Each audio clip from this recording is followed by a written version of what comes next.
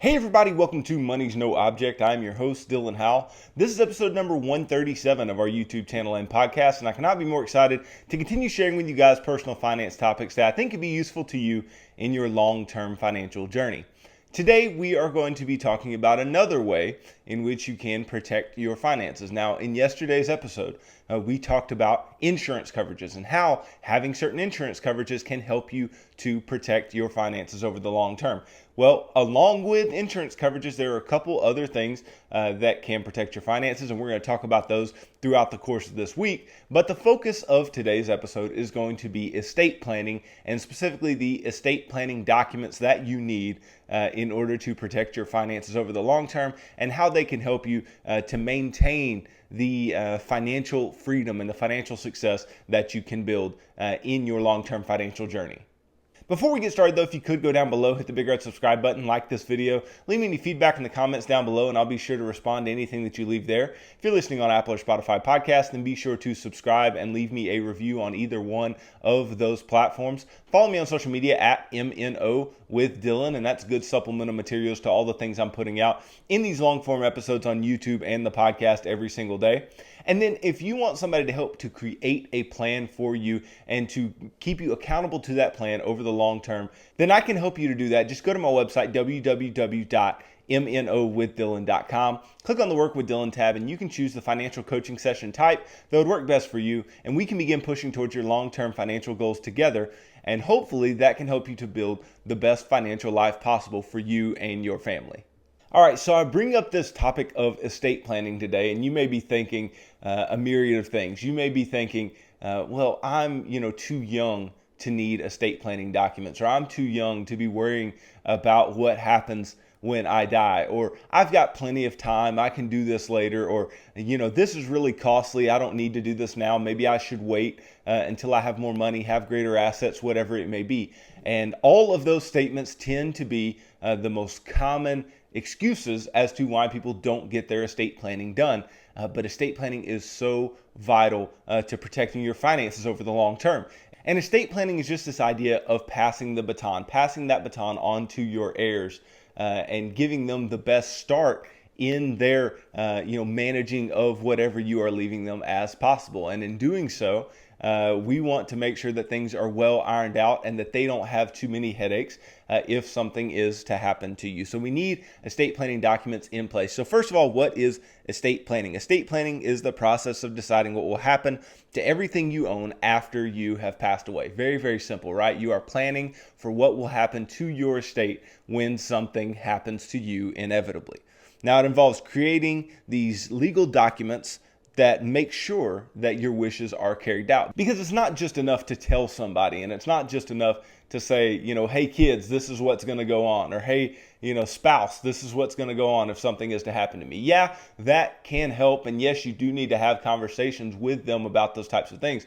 But the problem with just having those conversations is that nothing is binding, and you can't control the potential misbehavior of somebody, because trust me, there is crazy in every family. There is crazy where people are going to try to get their hands on things that may not be rightfully theirs. And so we need to make sure through our estate planning that money and assets and things of the like are getting into the correct hands, and they're doing so as frictionless as possible, as seamless as possible. And so the word estate, right, not just estate planning, but estate, that refers to your assets, right? All of the things that you own that have some type of monetary value. So that can be your houses, your cars, any type of jewelry, investments, coin collections, all these different types of things, all these things that you can own that do have some type of long-term value attached to them. And your estate plan clearly delegates authority to people you trust to make decisions based on these assets. And they can make decisions that are either medical in nature. So if something were to happen to you where you're in a coma, right, and they have to make medical decisions for you, then your estate planning documents can help you there. Financial decisions as well, because if something happens to you and you're incapacitated, or you, let's say, have Alzheimer's or dementia and you can't remember to do the things that you need to do, for somebody to have that type of financial control to be able to pay your bills and do the things that need to be done for you financially is extremely important as well. And then obviously legal decisions as well. They can help to make legal decisions on your behalf if you are not able to make those decisions. So all of these types of things, right? All of these types of decisions can be made based on the estate planning documents that you have in place. So you can see why they are so vital, so important for your long-term financial future. Because if you don't have somebody making those decisions, then you can fall into a pit financially, and just, it just makes things crazy. It makes things into situations that you don't want to have to deal with, and that is not what we want. We want things, again, to be as seamless as possible if the worst were to happen to you. Now, I am going to burst that first myth of estate planning just being for older people just right off the bat. It's not just for old people, and it's also not just for wealthy people. Everybody, every adult needs an estate plan of some type, because it allows you to remain in control of the things that you own. And that is so important, because if you don't control the things that you own and you were to die, the state will decide what happens to your estate. And your family could spend months or years in what they call probate court trying to get what is rightfully theirs. And this is more than just something that you do to, just check a box, right? This is a legacy decision. Estate planning is a legacy decision, because in trying to leave the best legacy possible, you need to put the things in place so that you are able to do that, and you are able to do that effectively. And these estate planning documents are going to help you get there. So I'm going to talk about 6 steps that we can take, right, that are essential in our estate planning journey, and how we can set up our family and our loved ones as best as possible if something were to happen to us. So the first thing that you need to do is you need to just write down everything you own, right? Write down all of the things that you own. Write them down down to the penny, right? Write down exactly what you own, the current market value of what you own, and just keep everything together. Know what you have, because in knowing what you have, then you can start making better decisions as to what should happen to what you have, because you don't want to leave those questions, right? You don't want to leave behind a legacy of people not knowing, first of all, not knowing what you have.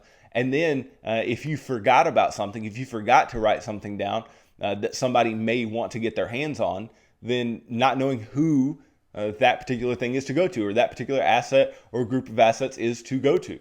And so that is extremely vital that you write down every single thing, or else it can cause some strife and some issues in your household. And again, these assets, your home, any real estate you own, vehicles, any investments, any retirement accounts, investment accounts, all those types of things, your business, any type of valuable possessions, collections, anything like that, you need to write it all down, have it all on a list. And then once you've done that, you can start taking steps towards getting your documents in place that will help those things to be protected and put into the right hands if something were to happen to you. Now, once you have listed all of the things that you own, right, you've written all of these things down, then what you have to do is you have to gather everything up, right? You have to gather up all the documents that show that you own those things that you have, and you need to get all of these things in one place. And here, what I'm talking about, you need to get all of the following types of things in place: life insurance policies, long-term care insurance policies, anything that is, a deed to a house or land or real estate property that you own, titles to the vehicles that you own, your marriage license. If you have been divorced, divorce papers are important as well to determine where your assets go, because the individuals that you have divorced from in the past may like to rear their ugly head and say that they are entitled to something if something were to happen to you, and we don't want that, obviously. So have the divorce papers, any type of business agreements that you have, partnerships, anything like that that you have made with other people, have those things as well. And also any types of assets that are owned by a business that you own, you need to have all of that information as well. And then you can start the process of building your documents. And the reason that all of these things are so important is because we need to know exactly what you have, exactly where it is, exactly what the account numbers are, exactly how long you've owned it, what it's worth, all these different types of things, in order to have your estate plan as specific as possible, and to allow you to make the most comprehensive estate plan as you can. And so we need to have all of those things in place. And then also we have to know that we live in a paperless society for the most part, right? Most things that we have or that we look at are online. They are not just, these statements that we have or these policies that we have. And so if these things are online, then we also need to have the username and password to every single thing that we would log into to attain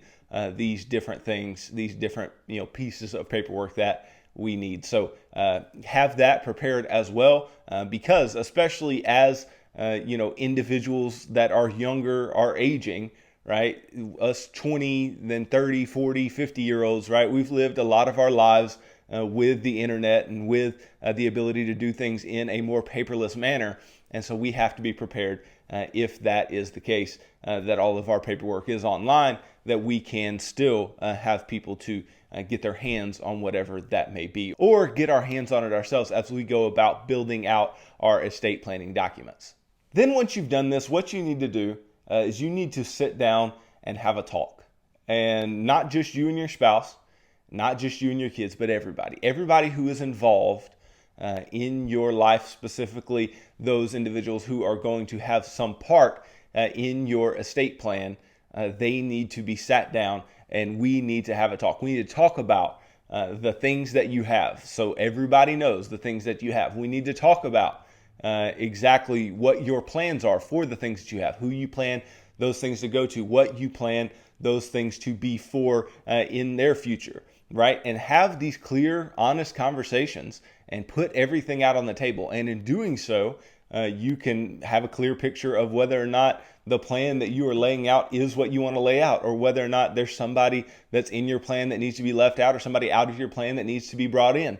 And these are very important things to do. And you have to have these types of conversation, because there are a lot of positions within your estate planning that need to be filled. Obviously, there needs to be somebody to execute your will or serve as your power of attorney. And we'll get to those things here shortly when we talk about those specific documents, right? And they need to know ahead of time. They need to know far before anything happens to you that they are in that position, and they need to agree to be in that position. Obviously, then you may need trustees, right? Trustees, somebody to execute the trust, right? And to be able to put your wishes into work if something is to happen to you, and somebody that can make decisions on your behalf based on the decisions that you have already made for your family, friends, and those involved in your estate plan.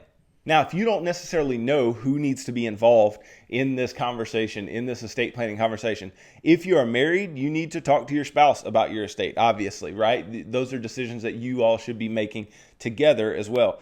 So you need to be working towards that same goal of long-term legacy and financial freedom and financial success, and making things as easy as possible for those you are leaving things behind too. So obviously you need to have those conversations. If you're single, right, you want to sit down with your family and close friends to discuss your estate plan. And also, if you're married, you need to have your family and close friends, those who are going to be involved. You need to have talks with them as well. And then if you have children, what you need to do is you need to spend some time thinking through who should be their guardian, right? That should be somebody involved in your estate planning conversation. And if they are of appropriate age, your children, then involve them in the conversation as well, so they're not caught off guard and they know what is occurring. Because I've seen far too often that people, especially children, get really greedy about what their parents have. And even when it's not much, they get very greedy about what their parents have. So have it set in stone what the case is, what is going to actually occur in the future when something is to happen to you, and then your kids can just act that out in the way that it is supposed to be done based on the executor and the trustees that you set forth, which obviously can be your children as well. Now, once you do this, once you've kind of got it all set up as, okay, this is what I want done, then you need to find a good estate planning attorney. You need somebody who can help you and work in your corner to put together the best plan possible. And you want somebody who's done this for a long time and knows all the ins and outs and can set things up in a very good way for you, and that can also help you to do things in a relatively cost-effective way. Because let me not pull any punches here. Estate planning documents are expensive. And if you do not pick a good attorney that is, cost effective, and I mean, the prices can run up ridiculously for just the same thing that you could find elsewhere. And so have this in mind and choose a good estate planning attorney. Obviously, the larger your estate, the more complicated your plan will be, and obviously the more costly it will be. It will be an ongoing project. It will be a living, breathing project that you will constantly have to work on. And estate planning attorneys, what they can help you do, they can help you to minimize your amount of estate tax that you may have to pay. Because even though you may know what you want done, they can help you to determine exactly what should be done. Because like I said earlier, we want legal binding documents that tell you how things should go, that go in the best interest of what you are interested in when you are to pass away. And so estate tax may be a big one, but they can also help you to understand the specific state laws and understand how to keep things out of probate court, how to make things as frictionless as possible for your family, for your friends, for the individuals that you have left in charge of your estate over time. And so you can get that kind of help from an estate planning attorney. It may be costly, it likely will be costly, but it will be so worth it over the long term. And then once you have found an estate planning attorney that you can trust and that you would like to use for your estate planning documents, then you can get to planning. You can get to putting together your estate planning documents. And your estate plan is going to be made up of several different documents. And obviously, the more complicated things are in your financial life, the more complicated your estate plan is going to look. Now, everybody needs a will, right? Especially if you have a spouse or children or things like that, you need to have a will, right? The last will and testament. You need one. That way you can say what should happen to your children and any assets that you may have if you were to pass away, and let your spouse know what your last wishes are. So that is obviously extremely important, but that should be a part of every single one of our estate plans, right? We should all have a will. And so will is a legal document that tells other people what you want done with your possessions when you die. Every adult needs to have one of these, like I just said, right? Even if you don't have much to pass along, you'll still save your family tons of time in probate court, right? Like I said, this can be a time-sucking process. This can be a costly process. And so we want to eliminate that if at all possible. And then also making a will is fairly simple, right? And it leaves you with peace of mind as to, what will occur when you are to be gone. And, there's something that you do need to know about, though. Your will does not determine the outcome of certain assets, which includes things like your retirement accounts, annuities, life insurance, things like that. Each of those has to have a named beneficiary. And that beneficiary is not going to be trumped by the will, right? The beneficiary that is named is the beneficiary that needs to be in place. So if you have to, go back and look at who your beneficiaries are and make sure that that's who you want to receive that money, then you need to go back and check on that before finalizing anything or before even moving forward with your estate planning documents, because that is so important. And like I said, trumps anything within your will. Now, apart from a will, there's also the idea of a living trust.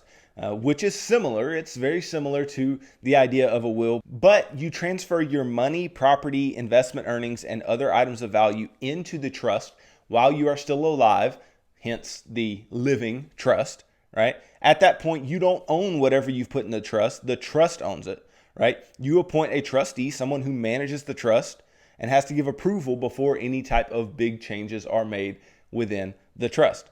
And this can be expensive. When I talk about expensive estate planning documents, this can be one of those that costs you a pretty penny, but it can be well worth any cost. Because if you have a large estate, this adds a layer of legal protection to your estate when you die. Your trust does not have to go through probate court at all. And also your trust is private, right? While a will is public, right? No one except your beneficiaries will know what you have given to others. And that's extremely, extremely useful and helpful. And it can allow you to make all of your decisions from beyond the grave in the best way possible for you. And the thing about trust, you can be extremely specific.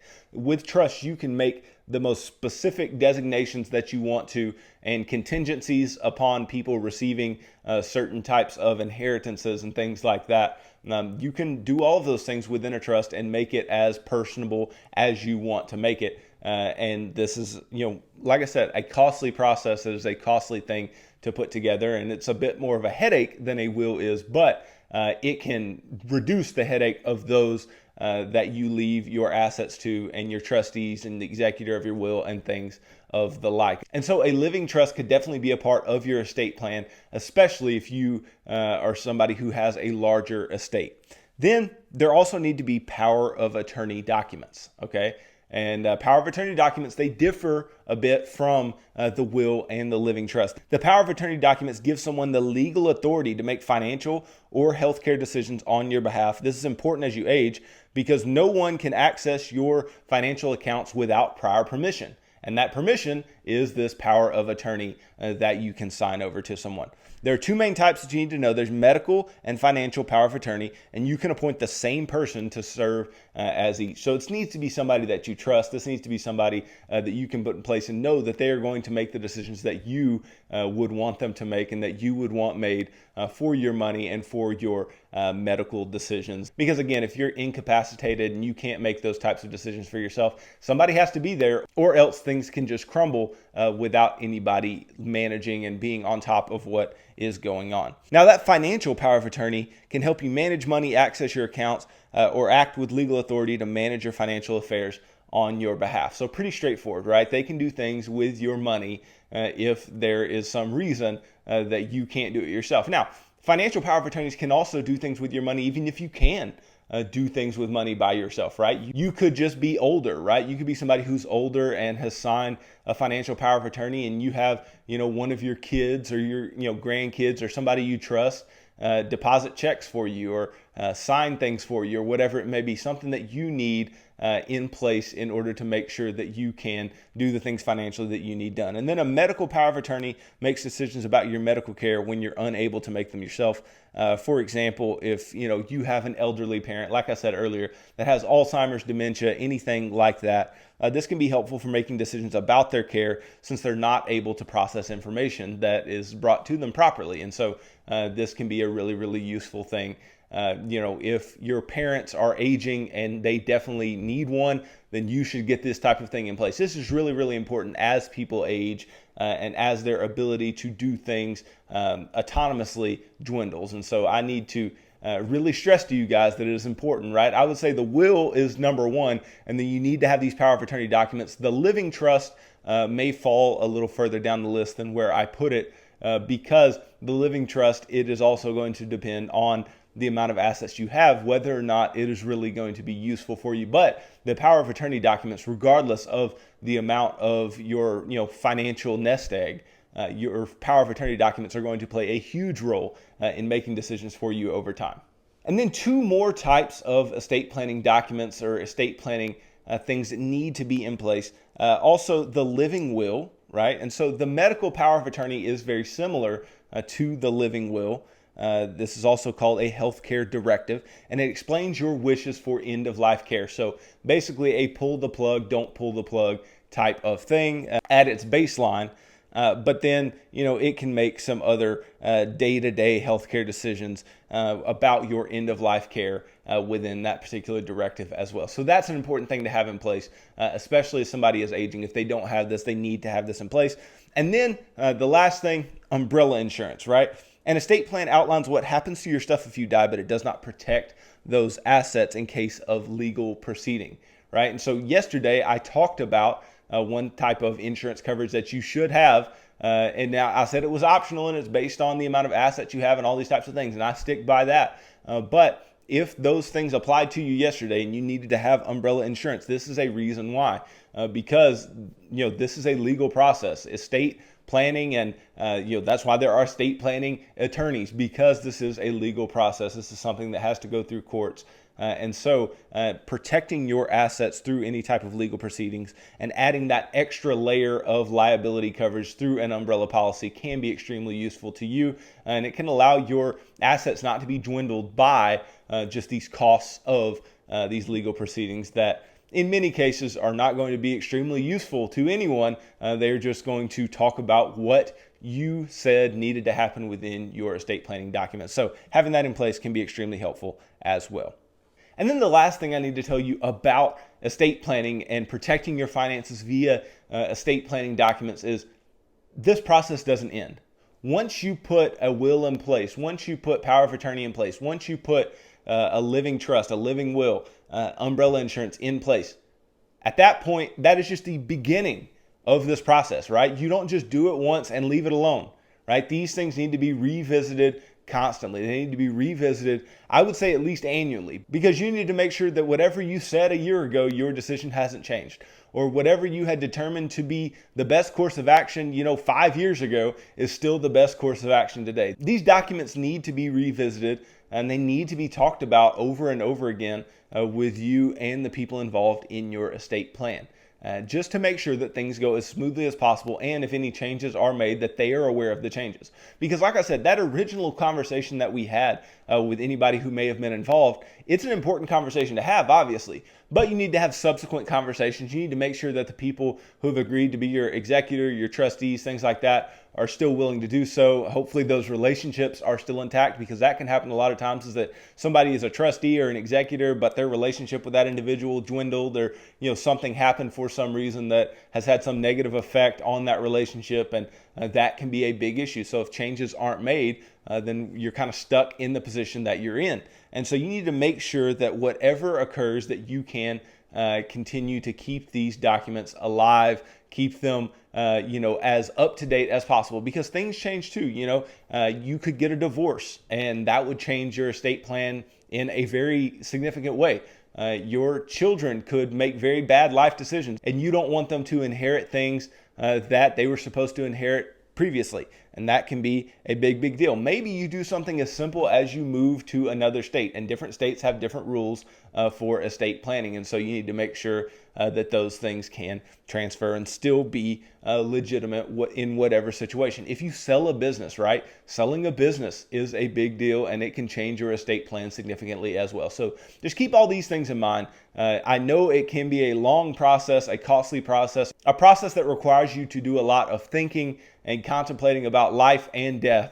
But it is extremely important to protecting your finances over the long term. And if you do not do it, then you are assured to create some type of confusion and some type of frustration with the people that you end up leaving your estate behind to. So try to alleviate that as much as possible. Think about those who are coming up behind you, and think about the legacy that you are going to leave. Don't just think about yourself and what you are going to have to deal with. Think about those, your children, your friends, your family, and those that are going to have to help you when you are dead or dying as well. So I know this is something that a lot of people don't like to talk about. I know it is a difficult conversation to have, but it is so vital to your long-term financial success and your ability to leave a legacy to those behind you. Thanks for watching this video. If you could go down below, hit the big red subscribe button, like this video, leave me any feedback in the comments below if you haven't done so already, and I'll be sure to get back to anything you leave down there. If you're listening on Apple or Spotify podcasts, then make sure to subscribe and leave me a review on either one of those platforms. Follow me on social media at MNO with Dylan, and that's really good supplemental materials to all the things that I'm putting out in these long form episodes on YouTube and the podcast every single day. And then if you need somebody to help create a financial plan for you and keep you accountable to that plan over the long term, I can do that. Just go to my website, www.mnowithdylan.com. Click on the Work with Dylan tab, and you can choose the financial coaching session type that would work best for you, and we can begin pushing towards your long-term financial goals together. So tune in tomorrow as we talk about taking good risks and how taking good risks can help to protect your finances over the long term. So thanks for tuning into this episode of Money's No Object. I'm your host, Dylan Howell. God bless.